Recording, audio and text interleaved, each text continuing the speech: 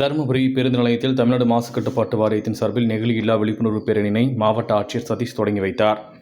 தருமபுரி மாவட்டம் தருமபுரி பேருந்து நிலையத்தில் தமிழ்நாடு மாசு கட்டுப்பாட்டு வாரியத்தின் சார்பில் நெகிழி இல்லா தருமபுரி விழிப்புணர்வு பேரணியினை மாவட்ட ஆட்சியர் சதீஷ் அவர்கள் இன்று மாலை 4 மணிகளில் கொடியசைத்து தொடங்கி வைத்தார். இந்த நிகழ்ச்சியில் ஒருமுறை பயன்படுத்தக்கூடிய 14 வகையான பிளாஸ்டிக் பொருட்களானது தமிழக அரசால் கடந்த 2019 அன்றிலிருந்தும், மேலும் மத்திய சுற்றுச்சூழல், வனம் மற்றும் காலநிலை மாற்ற அமைச்சகத்தால் கூடுதலாக 14 வகையான பொருட்களும் கடந்த 2022ஆம் ஆண்டு முதல் தடை செய்யப்பட்டுள்ளது.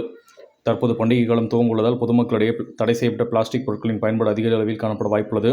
எனவே தடை செய்யப்பட்ட பிளாஸ்டிக் பொருட்கள் குறித்த விழிப்புணர்வை ஏற்படுத்தும் வகையில் இன்று மாவட்ட நிர்வாகம், தருமபுரி தமிழ்நாடு மாசு கட்டுப்பாட்டு வாரிய அலுவலகம் மற்றும் மாவட்ட சிறு குறு தொழில் முனைவோர் சங்கம் ஆகியோர், வணிகர் சங்கம், மாவட்ட தொழில் உற்பத்தியாளர்கள் சங்கம், ஹோட்டல் உரிமையாளர்கள் சங்கம், ஸ்ரீ வெங்கடேஸ்வரா பாலிடெக்னிக் கல்லூரி மாணவ மாணவிகள் 500 நபர்கள் கலந்து கொண்டு நெகிழி இல்லா தருமபுரியை உருவாக்க விழிப்புணர்வு பேரணி நடைபெற்றது.